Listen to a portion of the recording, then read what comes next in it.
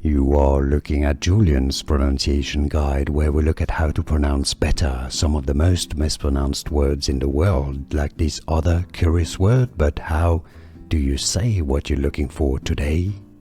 Let's learn once and for all how to pronounce this word correctly. If you want to learn more confusing vocabulary like this in English, especially from French, make sure to stay tuned. Yes, it comes from French.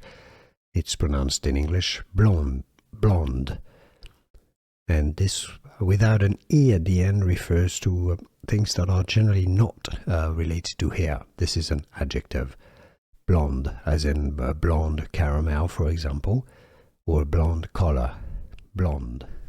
Here are more videos on how to pronounce more confusing words and names too many mispronounced. Like this video if you found it useful. I appreciate your support. I'll see you soon, and thanks for watching.